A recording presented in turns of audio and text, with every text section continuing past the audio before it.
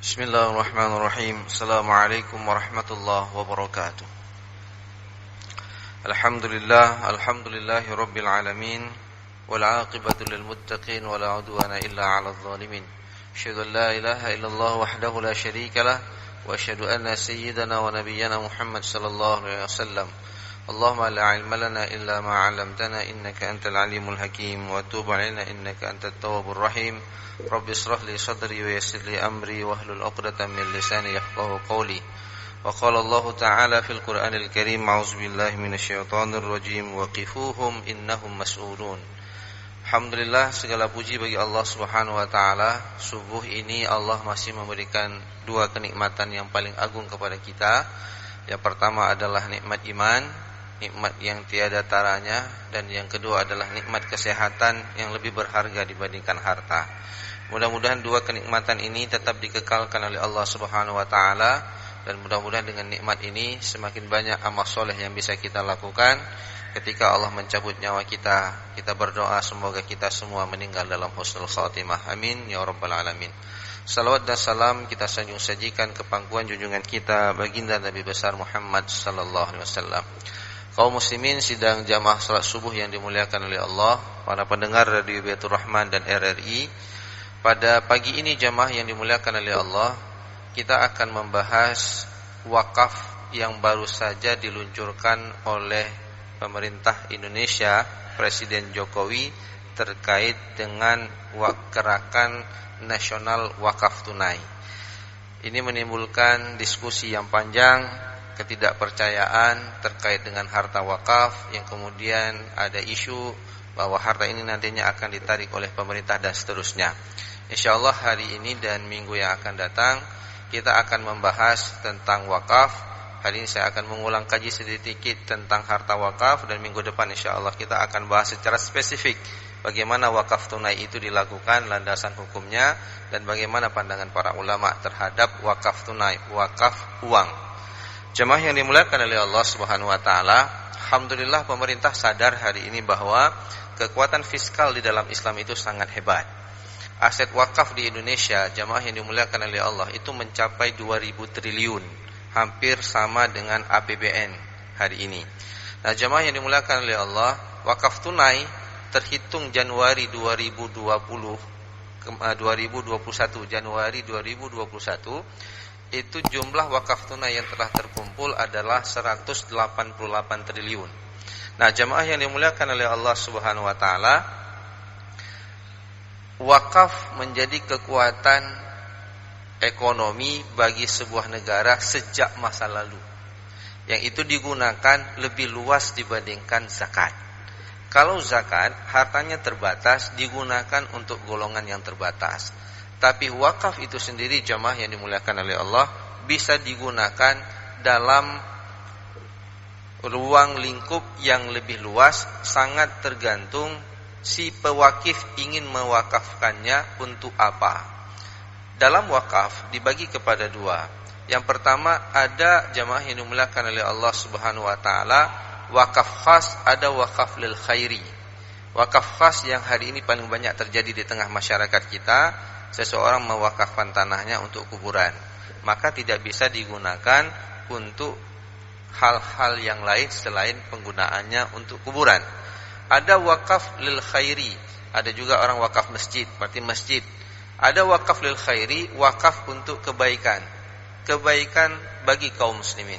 Maka wakaf inilah yang kemudian boleh dikembangkan, diproduktifkan untuk kepentingan kaum muslimin.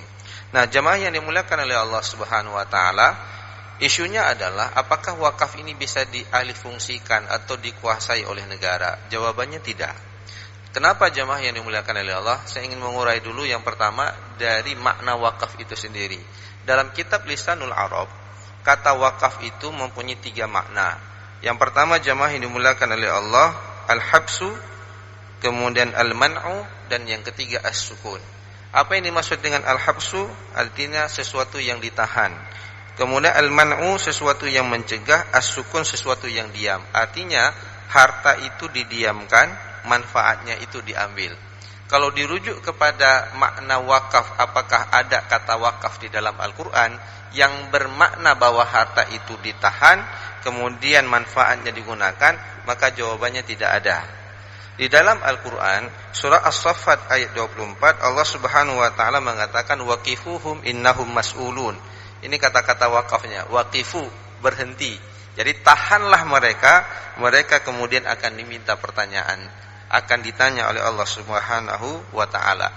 Nah, jamaah yang dimuliakan oleh Allah, nanti kalau kita lihat pensyariatan wakaf, maka di dalam Al-Quran Allah Subhanahu wa ta'ala, para ulama menjadikan ayat lan tanalul birra hatta tunfiqu mimma tuhibbun. Ini tidak ada kata-kata wakaf. Tidak, lan tanalul birra, kamu belum sampai kepada kebaikan, hatta tunfiqu mimma tuhibbun, sehingga kamu menafkahkan harta yang paling kamu cintai. Nah, jamaah yang dimuliakan oleh Allah, jadi kata-kata sedekah di dalam Al-Quran dia mempunyai banyak makna. Yang pertama, sedekah dalam bentuk umum, materi dan non materi. Ini sudah beberapa kali kita ulang-ulang kaji di sini, ya. Bisa jadi materi dan non materi. Senyum kita kepada saudara kita, tabassumuka fi wajhi akhika shadaqah. Senyum itu adalah sedekah. Lalu bimakna infak.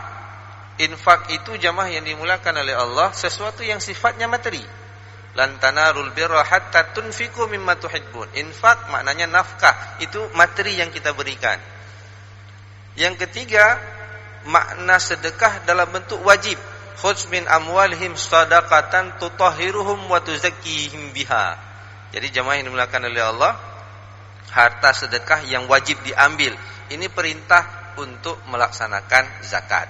Nah, jamaah yang dimuliakan oleh Allah, jadi kata wakaf itu sendiri dalam makna bahwa harta itu ditahan, manfaatnya itu diambil, jamaah yang dimuliakan oleh Allah, datang dalam makna yang sangat umum, dalam makna sedekah. Nah, jamaah yang dimuliakan oleh Allah, kalau kemudian kita kerucutkan lagi ke dalam hadis, ketika Rasulullah sallallahu alaihi wasallam mengatakan, idza mata ibnu adam inqata amaluhu illa min salas. Apabila anak Adam itu meninggal dunia, terputus amalnya kecuali 3. Nah, yang pertama itu adalah shadaqatun jariyah, sedekah jariyah, sedekah yang pahalanya terus mengalir. Sebahagian ulama menafsirkan, memahami hadis ini, sedekah yang terus mengalir itu adalah wakaf. Sebagai sederhana contohnya, habis subuh ini kita duduk minum kopi, ya, bagi yang minum kopi. Lalu kemudian Bapak mentraktir kopi teman-teman. Dapat pahala enggak? Pahala sedekah, pahala pada waktu itu minum. Apakah itu wakaf? Bukan. Karena dia habis. Maka Bapak mendapatkan pahala, Ibu mendapatkan pahala ketika air itu diminum, ketika itu dimanfaatkan oleh jemaah. Apakah dia kemudian mendapatkan pahala berikutnya? Boleh jadi tidak. Kenapa? Dia dapat minuman lagi dari orang lain. Maka tidak boleh mewakafkan sesuatu yang habis pakai. Saya wakafkan nasi 1 bungkus untuk Anda. Enggak boleh. Nah, jemaah yang dimuliakan oleh Allah, apa yang diwakafkan? Apa yang dimakna dengan wakaf dalam makna barangnya itu kekal? Nah, saya ambil pendapat mazhab Syafi'i. Habsul malin yumkinul intifa'u bihi ma'a baqa'i 'ainihi biqti tasarrufi raqabati 'ala maslifin mubahin mawjudin. Nah, di sini dikatakan jamaah yang dimuliakan oleh Allah, makna wakaf itu adalah menahan harta yang bisa diambil manfaatnya, mali yumkinu intifa'uhu bihi ma'a baqa'i 'ainihi. Jadi manfaatnya diambil dengan tetap mengekalkan barangnya, asetnya itu tetap kekal. Nah, jemaah yang dimuliakan oleh Allah, untuk kemudian digunakan, dibelanjakan kepada sesuatu yang mubah dan bisa dirasakan manfaatnya oleh masyarakat. Ini makna wakaf dalam mazhab Syafi'i. Nah, jemaah yang dimuliakan oleh Allah, agak berbeda kemudian di dalam mazhab Hanafi dari sisi kepemilikan. Bahwa harta wakaf ketika seseorang itu sudah mewakafkan, dalam mazhab Hanafi, Maliki dan Hambali, ini menjadi harta Allah, bukan lagi harta pemilik orang yang mewakafkannya. Nah, ini yang kadang-kala jemaah yang dimuliakan oleh Allah, orang tua kita mewakafkan, tidak diurus suratnya, tidak ada buktinya, akhirnya anaknya menguasai kemudian. Dia mengatakan, ini harta ahli waris yang diberikan untuk ayahku. Kenapa? Karena harta ini tidak ada catatan itu harta wakaf. Apabila seseorang telah mewakafkan tanah, mewakafkan aset, dia tidak lagi bisa menjadi miliknya, tapi dia kemudian berubah menjadi milik Allah yang dimanfaatkan untuk kepentingan kaum muslimin. Nah, jamaah yang dimuliakan oleh Allah, tapi dalam mazhab Hanafi, beliau mengatakan harta wakaf itu masih milik si pewakif. Ini yang membedakan antara Hanafi dengan 3 mazhab lainnya. Habsul aini ala hukmi milkil waqif. Jadi jamaah yang dimuliakan oleh Allah, menahan ain barang dengan hukum tetap sebagai pemilik tetapnya itu siapa? Mereka yang memberikan wakaf tersebut, wa tasadduq bimanfaati walau fi jumlah, yang kemudian disedekahkan manfaatnya walaupun hanya sebahagian. Contoh sederhana begini. Saya punya ruko nih, saya wakafkan, tapi yang saya wakafkan itu manfaat dari harga ruko. Jadi ruko sewanya misalnya 30 juta, setengahnya saya kasih wakaf untuk masjid, manfaatnya setengah lagi untuk anak saya. Kenapa? Karena kalau saya meninggal dunia, anak saya juga masih butuh uang. Maka saya sedekahkan untuk anak saya 15 juta, setengah dari manfaat ruko ini, itu saya serahkan ke masjid. Dan itu boleh dilakukan. Nah, jemaah yang dimuliakan oleh Allah, saya ingin kembali. Jadi hadis ketika Rasulullah mengatakan sadaqatun jariyah itu bermakna wakaf. Bermakna wakaf. Jadi sedekah yang pahalanya akan terus bergulir walaupun kita sudah meninggal. Inilah yang kemudian membedakan. Ini yang terakhir, karena memang waktu kita sangat cepat pagi saat ini. Jemaah yang dimuliakan oleh Allah, apa yang membedakan antara wakaf dengan harta lainnya? Sedekah dengan zakat, dengan hibah dan hadiah. Nah, jemaah yang dimuliakan oleh Allah Subhanahu wa taala, perbedaan yang pertama bahwa harta wakaf itu adalah manfaatnya terus-menerus dirasakan. Kapan dia berhenti? Ketika kiamat.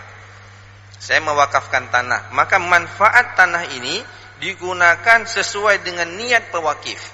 Kalau misalnya manfaat wakaf tanah ini adalah untuk masjid, maka didirikan masjid di atasnya. Oh, untuk kebaikan kaum muslimin lebih luas, bisa kita lakukan.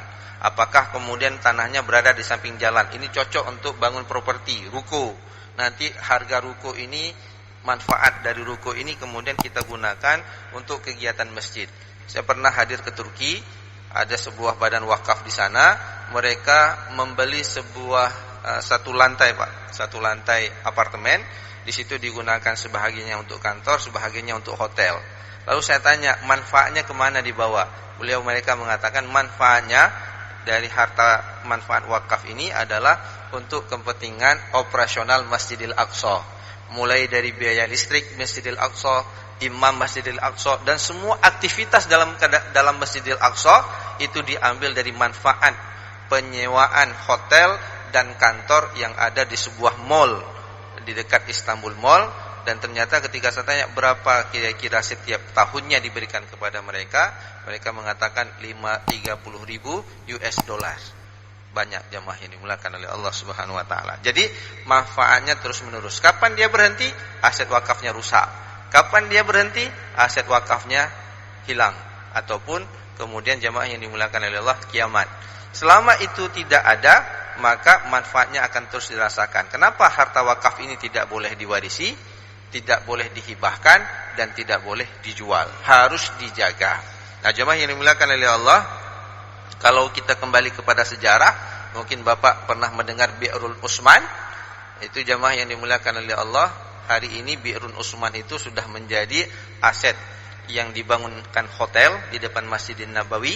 Kemudian jemaah yang dimuliakan oleh Allah, sampai hari ini Utsman masih mempunyai rekening di Bank Ar-Rajhi atas nama Utsman bin Affan. Beliau sudah meninggal dunia, tapi hartanya masih memberikan manfaat untuk kaum muslimin.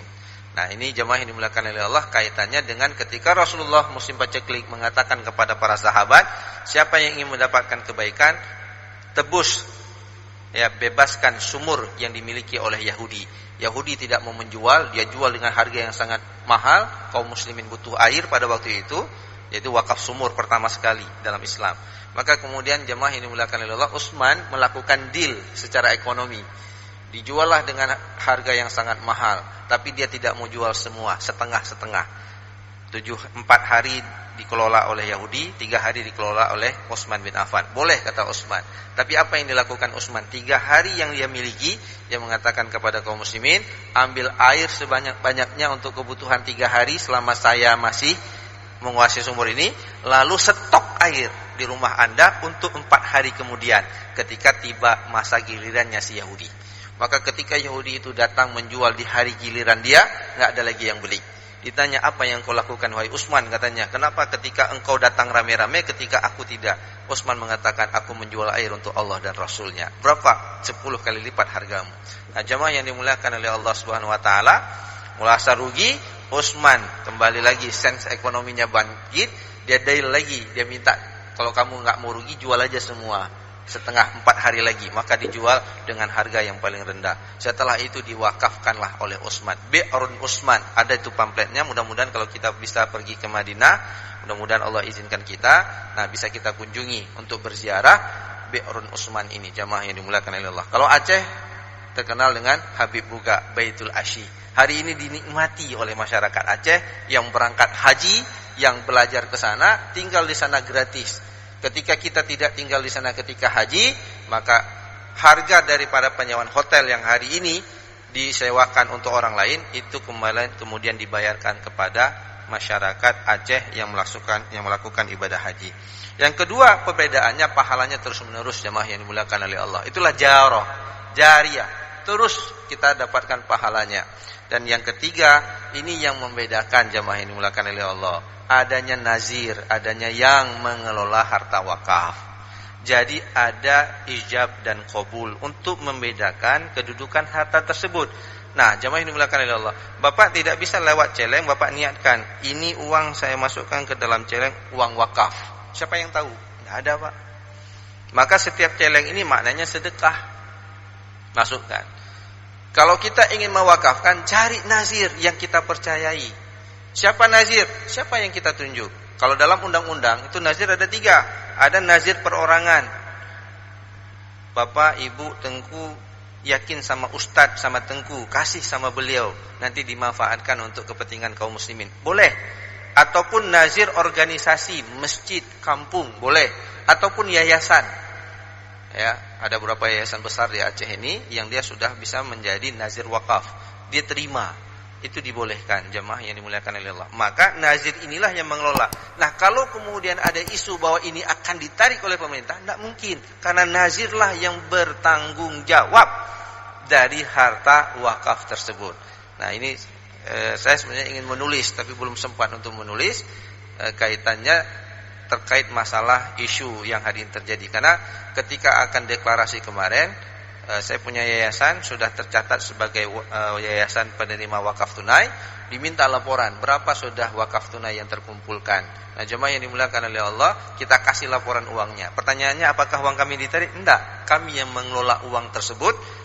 Manfaatnya digunakan untuk kepentingan pesantren dan anak-anak yatim yang sedang belajar di pesantren. Nah, jemaah yang dimuliakan oleh Allah Subhanahu Wa Taala, jadi ada pengelola, ada ijab dan qabul yang menjelaskan kedudukan harta yang diberikan. Nah, jemaah yang dimuliakan oleh Allah, kelebihannya dengan nanti kita akan bahas dengan wakaf tunai. Kalau dulu kan yang wakaf itu orang-orang kaya, Pak, yang punya aset, punya rumah, punya tanah. Dengan wakaf tunai, kita bisa berwakaf hari ini walaupun hanya Rp1.000. Cuma pertanyaannya, kita serahkan ke siapa? Bagaimana penyerahannya? Bagaimana proses transfernya? Itulah kemudian gerakan wakaf tunai. Dan dianggap wakaf tunai ini, jemaah yang dimuliakan oleh Allah, akan bisa menggerakkan sektor ekonomi ketika wakaf tunai ini ditujukan untuk kebaikan dan kemaslahatan umat, bukan wakaf tunai. Karena begini, Pak, ada wakaf uang, ada wakaf melalui uang. Itu beda, Pak. Kadang-kadang orang salah paham. Wakaf melalui uang, saya mau buat masjid, Pak. Lalu per petak ini saya jual tanahnya, ataupun keramik marmer ini. Satu marmer 600.000. Itu yang kita kasih uang sama orang masjid untuk beli keramik. Wakaf melalui uang. Jadi yang maksudnya itu keramik, tapi kita dibeliin pakai, kita kasih uang, bukan keramiknya kita bawa. Kalau keramiknya kita bawa, beda-beda lah warnanya nanti. Jadi wakaf melalui uang, ataupun ada wakaf lot. yang dijual tanah per meter 200.000, gitu kan. Nanti kita kasih uang 200.000, pengurus masjid mengumpulkan uang lalu membeli tanah. Itu wakaf melalui uang. Kalau wakaf uang, uangnya itu yang dikekalkan. Nah, itu dia. Uangnya itu yang kemudian tidak boleh diwarisi, uang itu tidak boleh diganti. Jadi ketika kita kasih uang 1 miliar misalnya, uang inilah yang dikembangkan, manfaatnya itu yang diambil dari uang tersebut. Nah, insya Allah ini akan kita bahas minggu depan terkait dengan wakaf tunai ataupun wakaf uang, karena memang terjadi perbedaan di kalangan para ulama tentang wakaf uang ini, juga problem dari sisi ekonomi, Pak. Hari ini saya kasih uang 1 juta, terjadi fluktuasi. Apa bagus saya kasih uang atau saya kasih emas? Itulah kita. Insya Allah minggu depan akan kita lanjutkan pembahasan kita terhadap wakaf ini. Mudah-mudahan jemaah yang dimuliakan oleh Allah, kita bisa berwakaf. Karena pahalanya terus akan mengalir ketika kita sudah meninggal dunia. Dan jemaah yang dimuliakan oleh Allah, satu-satunya yang bisa melawan riba itu adalah sedekah. Dan sedekah yang kita berikan dalam bentuk wakaf, ini benar-benar akan menghidupkan ekonomi umat, membebaskan masyarakat dari riba, dan bisa menekan harga. Nanti insya Allah kita akan bahas menekan harga penjualan dari satu barang misalnya. Kenapa? Karena ini sudah diwakafkan untuk umat. Contoh misalnya wakaf pasar. Saya punya tanah tapi dibuat pasar. Berarti semua yang duduk di situ, berjualan situ tidak dikenakan sewa. Maka saya bisa menurunkan harga jual barang saya. Kenapa? Tidak ada kos untuk pembayaran sewa. Ini yang kemudian menjadi kekuatan ekonomi umat yang hari ini sudah bisa dilihat oleh pemerintah kita. Mudah-mudahan serius tujuannya untuk kebaikan umat. Jangan kemudian disalahgunakan. Wallahu a'lam bishawab. Hadanallahu wa iyyakum ajmain. Assalamualaikum warahmatullahi wabarakatuh.